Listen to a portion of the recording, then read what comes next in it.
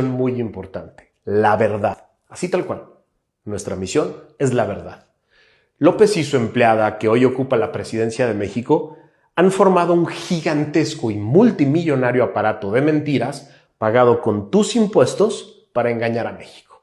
Durante años, desde la oposición, hicieron campañas señalando todos los males de México y responsabilizando directamente al gobierno, al presidente en turno.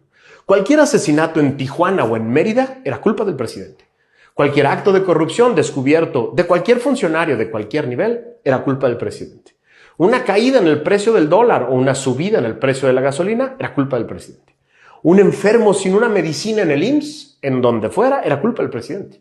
La violencia en el país, culpa del presidente. La falta de empleos bien pagados, culpa del presidente. La pobreza y la desigualdad, era culpa del presidente.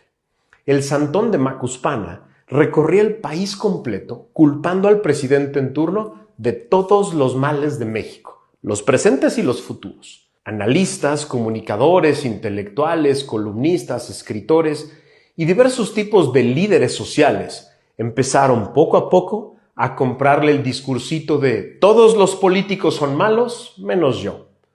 Uno a uno empezaron a caer, uno a uno empezaron a venderlo como la única alternativa frente a la violencia, la corrupción, la desigualdad, la pobreza y la mediocridad económica que él decía que iba a arreglar. El Santón de Macuspana y sus cercanos se la creyeron y se treparon a un ladrillito de superioridad moral desde el que señalaban y enjuiciaban a todo aquel que no los apoyara. Se autoproclamaron de izquierda, se autoproclamaron defensores de los pobres, se autoproclamaron pacificadores del país y paladines de la corrupción. Llegaron al absurdo de autoproclamarse como los autores de eso que ellos llaman, con todo cinismo, la cuarta transformación. Millones cayeron en la trampa. No solo les regalaron el beneficio de la duda en la autenticidad de sus causas, sino que cayeron en la trampa de decirles la 4T. Durante 6 años vimos al Santón de Macuspana traicionar a todas y a cada una de sus causas.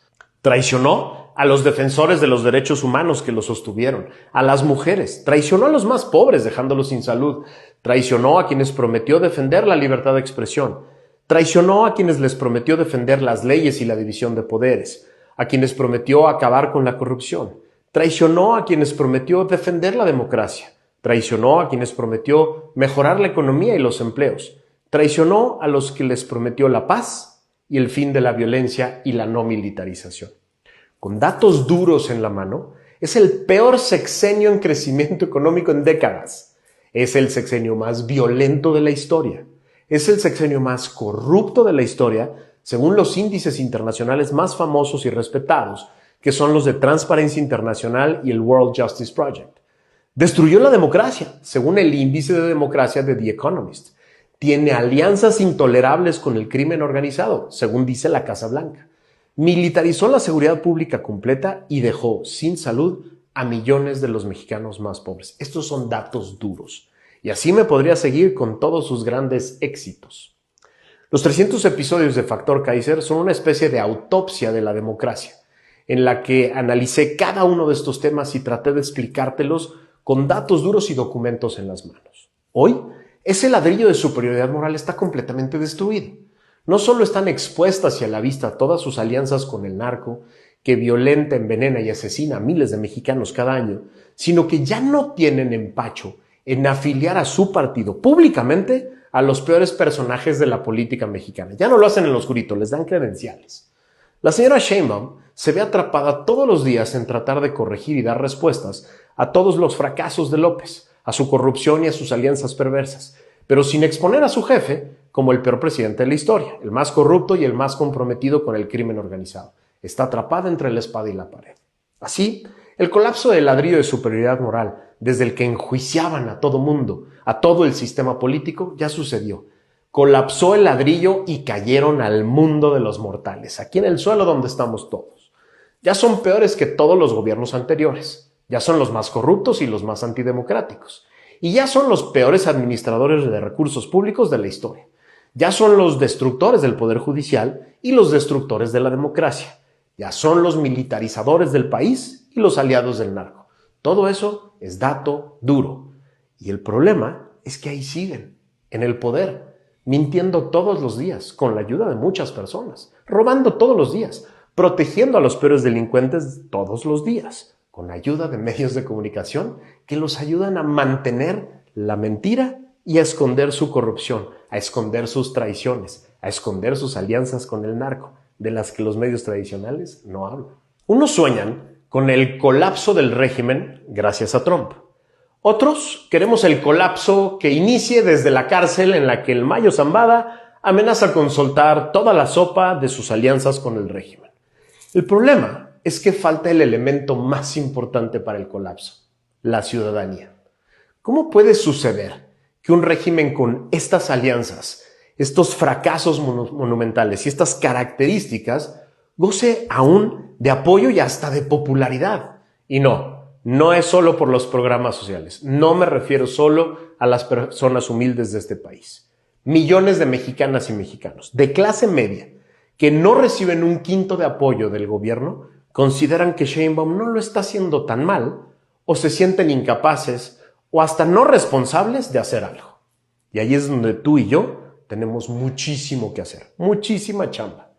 No solo tenemos que seguirle explicando a millones, insisto, mexicanas y mexicanos de clase media, como tú y como yo, muchos de ellos de tu círculo más cercano, que este no puede ser el destino de México, sino también tenemos que aprender a explicarles las consecuencias concretas de este régimen, en sus vidas diarias, pero también las alternativas que existen.